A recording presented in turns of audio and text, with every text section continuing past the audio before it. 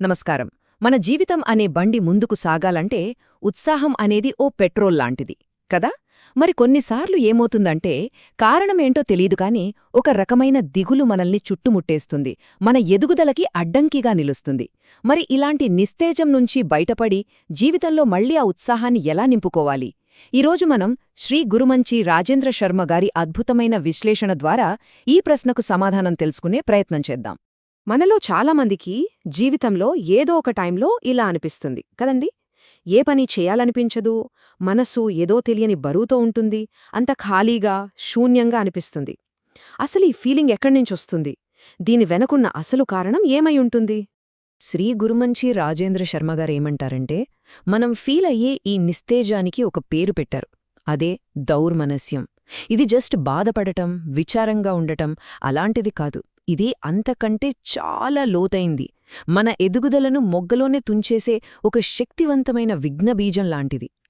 సరే, దీని గురించి ఇంకాస్త లోతుగా తెలుసుకుందాం రండి. దౌర్మనస్యం అంటే మనసులో ఏదో తెలియని వెలితి. మనకసలు ఏమవుతుందో మనకే అర్థం కాదు. చెప్పాలంటే మన జీవితం అనే పొలంలో మొలిచిన ఒక కలుపు మొక్క ఇది. మన ఎదుగుదలకు అవసరమైన శక్తిని, సారాన్ని మొత్తం పీల్చేసి జీవితాన్ని పండని భూమిలా మార్చేస్తుంది. సో మన ప్రగతికి ఇంతకన్నా పెద్ద అడ్డంకి ఇంకోటుండదు. మరి అసలు దిగులు ఎందుకొస్తుంది? సాధారణంగా ఇది 3 వైపుల్నుంచి మనల్ని అటాక్ చేస్తుంది. 1 గడిచిపోయిన గతాన్ని తలుచుకుని బాధపడటం. 2 ఇప్పుడు మనమున్న పరిస్థితి, మన ఉద్యోగం కావచ్చు, మన రిలేషన్స్ కావచ్చు, వాటితో సంతృప్తిగా లేకపోవడం. ఇక 3 భవిష్యత్తు గురించి అనవసరంగా భయపడటం. ఈ మూడింటిలో ఏదో ఒకటి మనల్ని వెనక్కి లాగేస్తూ ఉంటుంది, అస్సలు ముందుకు కదలనివ్వదు. ఇప్పుడు చూడండి, ఈ వాక్యం ఎంత లోతైనదో. దిగులు అంటే ఉత్సాహం కొరవడమే.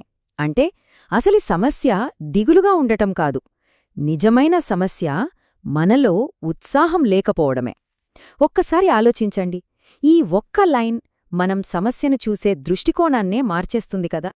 సరే, సమస్య ఏంటో తెలిసింది కదా. ఇంక పరిష్కారం కూడా చాలా సింపుల్. ఈ దౌర్మనస్యం అనే చీకటి గదిలోంచి బయటపడాలంటే మనలో ఉత్సాహమనే దీపాన్ని వెలిగించుకోవాలి. మరి మనలో ఆరిపోయిన ఉత్సాహాన్ని మళ్లీ ఎలా రగిలించాలి? కొన్ని ప్రాక్టికల్ పద్ధతులేంటో చూద్దాం. ఈ విషయంలో మనకొక గైడ్లా దారి చూపిస్తోంది శ్రీ గురుమంచి రాజేంద్ర శర్మగారి విశ్లేషణ. ఆయన ఏం చెప్పారంటే, మనలో ఉత్సాహాన్ని మళ్లీ నింపుకోడానికి మనసు, శరీరం, మన పనులు ఈ మూడింటిని కలుపుతూ ఒక సంపూర్ణమైన మార్గాన్ని మన ముందుంచారు. ఓకే, మరి ఆ ఉత్సాహాన్ని మళ్లీ రగిలించే ఈ ప్రయాణంలో మనం వెయ్యాల్సిన మొదటి అడుగు ఏంటంటే, మన ఆలోచనల్ని, మన అలవాట్లని సరిచేసుకోవడం. సరే, మనసుతోనే మొదలుపెడదాం. చూడండి, విజయమంటే పెద్ద పెద్ద కొండలు పిండి చేయాల్సిన పనిలేదు. సింపుల్గా పొద్దున్నే 4 గంటలకు నిద్ర లేవాలి అనుకున్నాం, లేచాం, అదొక చిన్న విజయమే. కాని అలాంటి ప్రతి చిన్న విజయం మనలో కాన్ఫిడెన్స్ని పెంచుతుంది. అలాగే మన చుట్టూ ఉండే మనుషులు కూడా చాలా ఇంపార్టెంట్. ఎప్పుడూ యాక్టివ్గా, ఉత్సాహంగా ఉండేవాళ్లతో ఉంటే ఆ ఎనర్జీ మనక్కూడా వస్తుంది. ఇంకా ఏ ఫలితం ఆశించకుండా చేసే సేవ ఉంటుంది చూడండి, అది మనస్సుకిచ్చే సంతృప్తి మాటల్లో చెప్పలేనిది. ఇక్కడ ఇంకో ఇంట్రెస్టింగ్ పాయింట్ ఉంది. జ్ఞానం కూడా ఒక రకమైన ఎనర్జీనే. కేవలం సెల్ఫ్ కాన్ఫిడెన్స్, సెల్ఫ్ కంట్రోల్ మాత్రమే కాదు. మంచి పుస్తకాలు చదవడం, జ్ఞానులతో మాట్లాడటం, కొత్త కొత్త ప్లేసెస్ చూడటం, ఇవన్నీ మన బ్రెయిన్కి ఒక మంచి ఎక్సర్సైజ్ లాంటివి. ఆలోచించండి, ఒకే చోట ఆగిపోయిన నీళ్లు ఎలా పాచిపట్టిపోతాయో మనసు కూడా అంతే. ఎప్పటికప్పుడు కొత్త విషయాలు నేర్చుకోవడం వల్ల ఆ స్తబ్దత పోయి ఫ్రెష్ ఎనర్జీ వస్తుంది. సరే, మనసు గురించి చూశాం కదా. ఇప్పుడు మనం దృష్టి పెట్టాల్సింది శరీరం మీద. ఎందుకంటే మనం ఉత్సాహంగా ఉండాలంటే హెల్దీగా ఉండటం చాలా ముఖ్యం. మన జీవనశైలి, మన లైఫ్ స్టైల్ మన ఉత్సాహాన్ని ఎలా ప్రభావితం చేస్తుందో ఇప్పుడు చూద్దాం. మన సనాతన ధర్మం ఏం చెప్తుందంటే, ఈ శరీరం ఒక దేవాలయం లాంటిది. దానికి సరైన వ్యాయామం, ముఖ్యంగా సాత్వికమైన ఆహారం చాలా అవసరం. తేలికగా అరిగే ఫిండి తీసుకుంటే మనలో ఎనర్జీ పెరుగుతుంది, ఉత్సాహం వస్తుంది. అదే ఎక్కువగా తినేసి కడుపుని బండరాయిలా చేసుకుంటే అది మనల్ని బద్ధంగా, నిస్సత్వగా మార్చేస్తుంది. అందుకే చూడండి, మన పెద్దవాళ్లు ఆహార నియమాలకి అంత ప్రాధాన్యత ఇచ్చారు. మనసు, శరీరం ఈ రెండింటితో పాటు మనం చేసే పనులు కూడా మన ఉత్సాహాన్ని నిర్ణయిస్తాయి. లైఫ్లో యాక్టివ్గా ఉండటం, అనుకున్న పనులను పూర్తి చేయడం చాలా ముఖ్యం.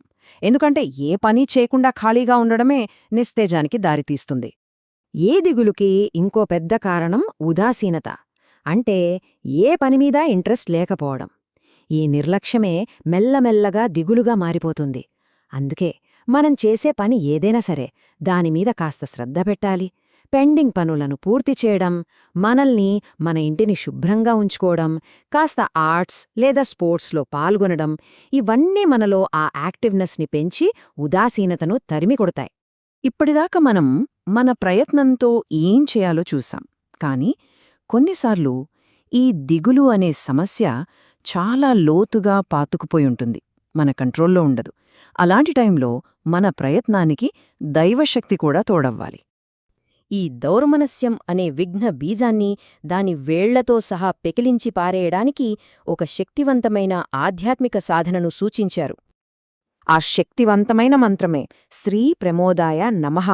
విఘ్నాలకు అధిపతి అయిన ఆ గణపతిని స్మరిస్తూ ఈ మంత్రాన్ని ప్రతిరోజూ ఉదయాన్నే స్నానం చేసి పూర్తి ఏకాగ్రతతో 1000 సార్లు గనక జపిస్తే ఈ దౌర్మనస్యం అనే విఘ్నం సమూలంగా తొలగిపోతుందని శాస్త్రం చెబుతోంది. అయితే మనం కోరుకోవాల్సిన ఉత్సాహం ఎలాంటిది? కేవలం అప్పటికప్పుడొచ్చే టెంపరరీ ఎగ్జైట్మెంటా, లేక శాశ్వతంగా ఉండే ఆనందమా? ఎందుకంటే అన్ని రకాల ఉత్సాహాలు మంచివి కావని కూడా మనం తెలుసుకోవాలి. ఈ విషయం ఇక్కడ చాలా అద్భుతంగా వివరించబడింది. చూడండి, కొన్నిసార్లు తప్పుడు పనులు చేసినప్పుడు కూడా టెంపరరీగా ఒక కిక్, ఒక ఉత్సాహమొస్తుంది. కాని శాస్త్రం దీన్ని ఎలా పోలుస్తుందంటే ఒక గాయాన్ని గోకినప్పుడు వచ్చే తాత్కాలిక సుఖంలాంటిదని.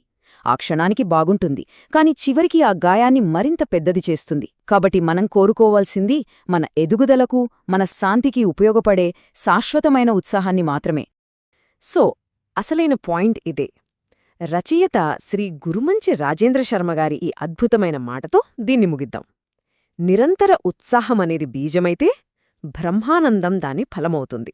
అంటే మనం గనక కంటిన్యూస్గా ఉత్సాహంగా ఉండగలిగితే ఆ ఉత్సాహమనే విత్తనానికి ఫలంగా దొరికేది బ్రహ్మానందం. అంటే అత్యున్నతమైన దైవికమైన ఆనందమన్నమాట. మరి ఈ ప్రశ్నతో మిమ్మల్ని వదిలివెళ్తున్నాను. మీలో నిరంతర ఉత్సాహం అనే బీజాన్ని నాటడానికి మీరు సిద్ధంగా ఉన్నారా? మన జీవితాన్ని దిగులు అనే చీకటిలో ఉంచాలా, లేక నిరంతర ఉత్సాహంతో ఒక ఆనందమయ ప్రయాణంగా మార్చుకోవాలా? ఈ చాయిస్ పూర్తిగా మన చేతుల్లోనే ఉంది.